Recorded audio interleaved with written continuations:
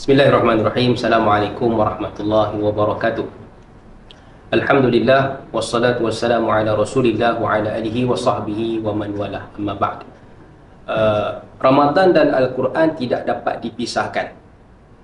Bila kita sebut tentang bulan Ramadan, yang paling sinonim dengan bulan Ramadan adalah Al-Quran.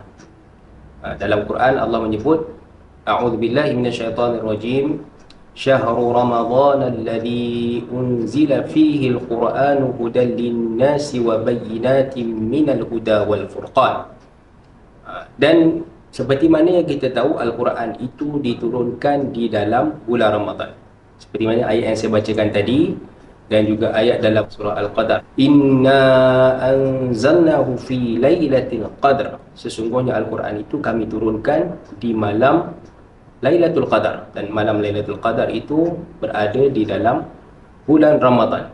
Jadi perbahasan perbincangan tentang Al-Quran ini diturunkan di dalam bulan Ramadan itu disepakati oleh para ulama. Cuma pendetilannya berapa hari bulan dan sebagainya itu ada perbincangan di kalangan. Tapi ulama sepakat mengatakan bahawasanya Al-Quran itu diturunkan di dalam bulan Ramadan. Okey, itu satu poin yang kita sepakati bersama.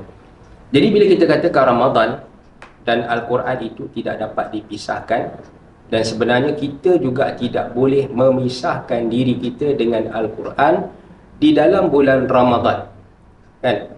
Sebab Al-Quran itu adalah petunjuk kepada manusia, kan? Kalau boleh untuk tahun ini kita bukan sekadar bercita-cita untuk mengkhatamkan Al-Quran, itu satu perkara yang baik, tetapi kalau boleh kita nak butir-butir, kan, ayat-ayat di dalam Al-Quran itu kita dapat tadabbur dan kita dapat amalkan di dalam kehidupan seharian kita. Dan itu sebenarnya lebih menepati kehendak Al-Quran itu diturunkan. Seperti mana ayat yang kita bacakan daripada awal tadi, bulan Ramadan diturunkan Al-Quran sebagai petunjuk kepada manusia dan keterangan yang memisahkan di antara yang hak dan juga yang batil.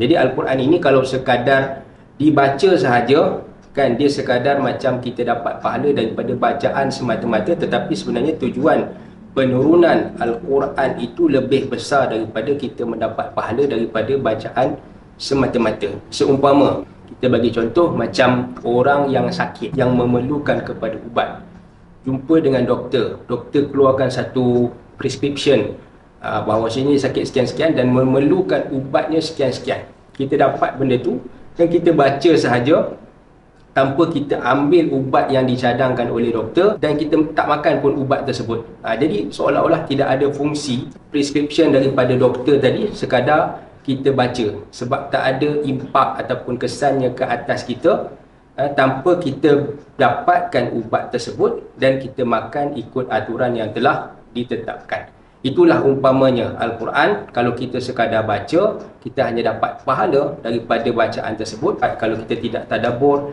dan mengambil pelajaran daripada Al-Quran, kita tidak dapat menyerap apa yang dikehendaki daripada tujuan penurunan Al-Quran itu, supaya kita mendapat hidayah dan boleh membimbing kehidupan kita di dunia dan memberikan kehidupan yang baik di akhirat kelak.